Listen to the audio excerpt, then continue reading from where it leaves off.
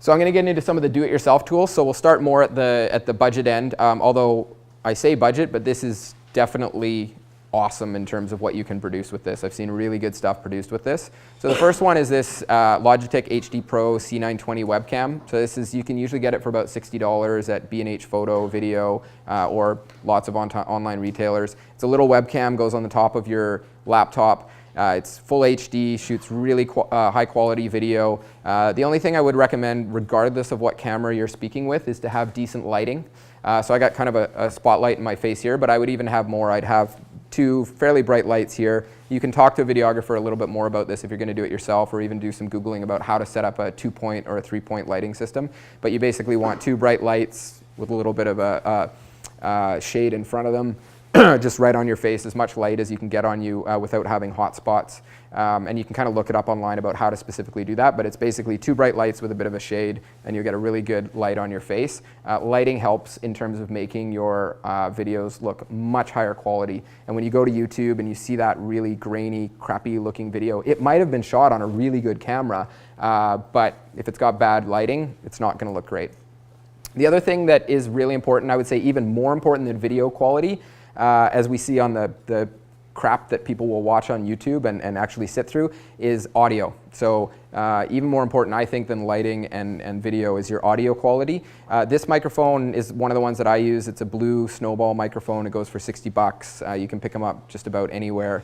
You can go a step up and go into the Yeti that a lot of people use for podcasting, but I love this one. It's great. It's got really good sound. I do webinars with it and have taught online courses with it. So this one works really quite well.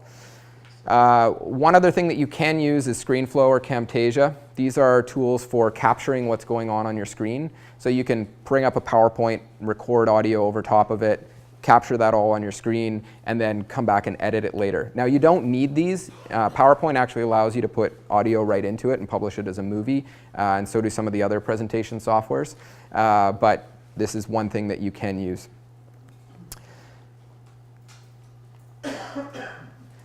So just talking a little bit about all you really need. So this is your 3 tools that I was talking about. You can really get rid of the microphone if you want to go your basic level, and that is, you can get rid of the camera and just go down to the microphone. And I've seen people just take the microphone and PowerPoint and produce an awesome online course. So that's your kind of entry-level starting point. But you can still produce really high-quality courses using just those tools, or just that tool.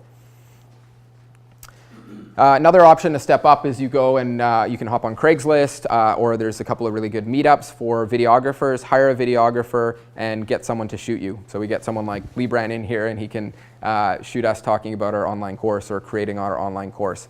And often they'll do editing for you as well, so you can get someone doing the editing for you and produce really high quality. And I've seen people mix in just a little bit of this with the PowerPoint and voiceover. So they get the microphone, they do mostly PowerPoint and voiceover for the bulk of the course, and then they'll hire a videographer to shoot the marketing video and a couple little intros to some different sections, and they end up with a really nice product to finish with. You can also do it yourself and just get a nicer camera and do it that way. But the one I recommended, the webcam, is great. I mean, the way cameras are going these days, you can even produce really good stuff just from the iPhone. And in fact, Wistia is a good, they're a video hosting company, Wistia, and they have a great blog about producing video, and they have a whole series on producing videos using just the iPhone. So you use one iPhone for the camera and one iPhone for the microphone, and you've got amazing high quality video. Wistia, W-I-S-T-I-A. And then, of course, you can go hop in the studio. This is actually our studio down the street, so we do produce some courses there, and you can get a little bit more crazy and put a green screen behind you and start animating in all sorts of things, and that gets kind of fun. But really, this kind of stuff is, you know, great for a big corporate budget, but in terms of selling and creating courses online for smaller groups or passive revenue, you don't need to go this far. And for my course, the bulk of it, I haven't gone anywhere near this kind of production quality, and it does exceptionally well, and people absolutely love the end result.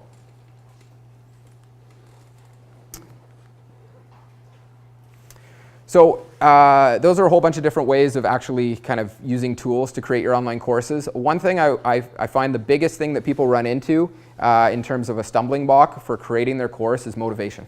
You know, we're all here today, we want to learn about it, but the next step is actually to go and put it together and get it up there and deliver it. So one thing I would say that will really help you is book a talk or a webinar. So book to come to something like this, or a smaller event or a bigger event where you're actually going to deliver your course, or set up your live course and sell a few tickets to come and see it live, or a ton of tickets if you have a bigger audience.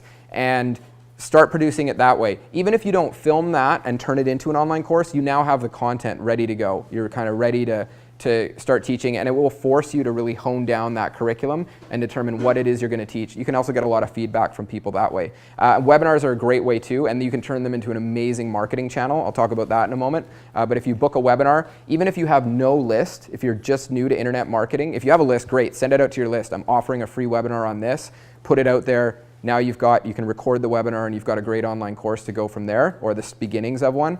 But even if you don't have a list, you can take your webinar topic and go find a group out there and say, I'm willing to offer you a free webinar to your members. I think they might be interested. So you can find those groups on Facebook, LinkedIn, places like that, and offer free webinars to them. And that's a great way to kind of, you book that, it might be a month from now, but now you're forced to get your curriculum ready by that point in time. So pricing, I find this is another big question I get asked about, how should I price my course? And obviously there's a lot of variables that come into play, whether you're selling to the masses for online and just want to earn passive revenue, or if you're selling to big corporations. But there is kind of a range. So the range I generally find for about half an hour to an hour of content within a course is anywhere from the $20 range. You can go obviously outside of this range, anywhere from $20 up to $100+ for half an hour of content. Now that's half an hour of content. I've definitely seen people do 3-4 hour course and sell it for $1,000 or more. And we will get into kind of shooting for the higher range in a second. But for 1 hour, generally between sort of $20 and 100, maybe 150 at the upper end.